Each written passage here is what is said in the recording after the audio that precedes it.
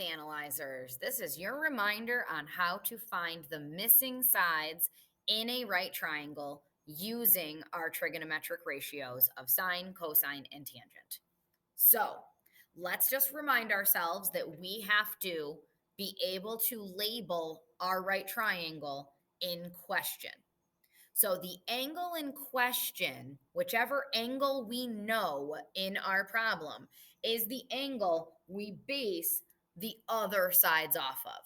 So remember that across from this angle is your opposite side, and next to this angle is your adjacent side, while the hypotenuse is always that longest side of the right triangle that is right across from the right angle. All right. Now, the sine ratio is sine of your angle measure is equal to the opposite side divided by the adjacent side. The cosine ratio is the cosine of your angle measure is equal to the adjacent side divided by the hypotenuse side. And the tangent of your angle measure is equal to the opposite side divided by the adjacent side. So basically, what we have is an opportunity to whatever one side and one angle we have, find one other side, okay, using these ratios and how we plug in. All right. So if you don't have the diagram already available, draw and label the diagram.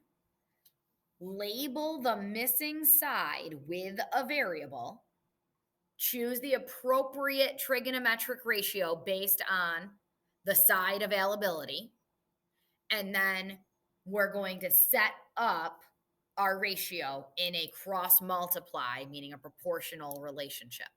Okay. So, oh, that's right. Make sure your graphing calculator is in degree mode. So I've got my graphing calculator right here. Let's just press mode and double check. Yes. Okay. Just double checked before I got started and looked at a funky answer, right?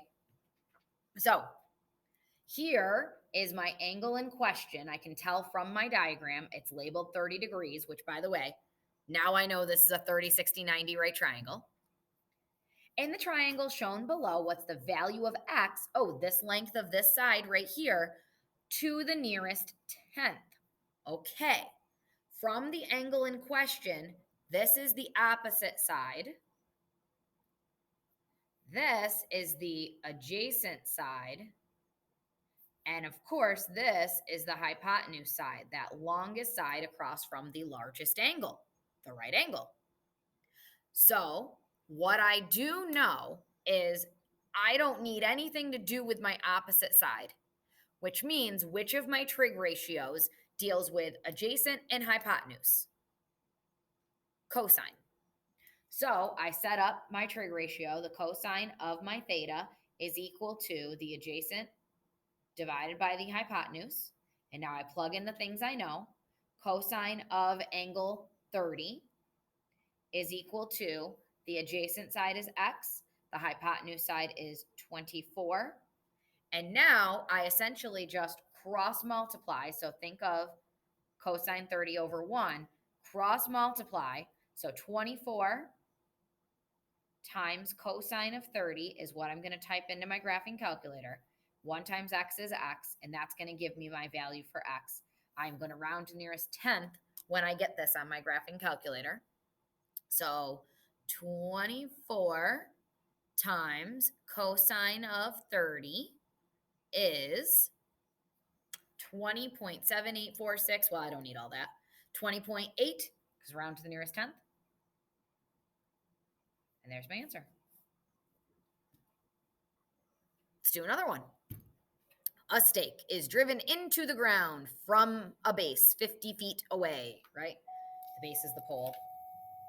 A wire from the stake on the ground to the top of the pole is to be installed at an angle of elevation of 52 degrees. How far from the base should the pole be where the stake is? Got it. Right there. So they're not asking for the length of the wire. They're asking for the length of the side here to here. Okay. How far away from the base should the pole be? Blah, blah, blah. Okay. angle in question. I know the opposite side. Here is the adjacent side. The wire is the hypotenuse side. So that tells me my trig ratio, it has to include, because I know nothing about the hypotenuse side, the opposite and the adjacent. So which of my trig ratios deals with opposite and adjacent? Tangent. Very good. I write out my tangent theta equals opposite over adjacent. So I'm just kind of rememorizing my trig ratios and their comparison. And then I plug in what I know. Well, I know the angle measure, that's my theta, is 52. I know the opposite side is 50 feet. And I know the adjacent side is the variable that I want to know, the x. So now I just kind of imagine tan 51. Did I just say tan? Tangent 51, 52 over 1. So I cross multiply. And what that gives me is a mistake.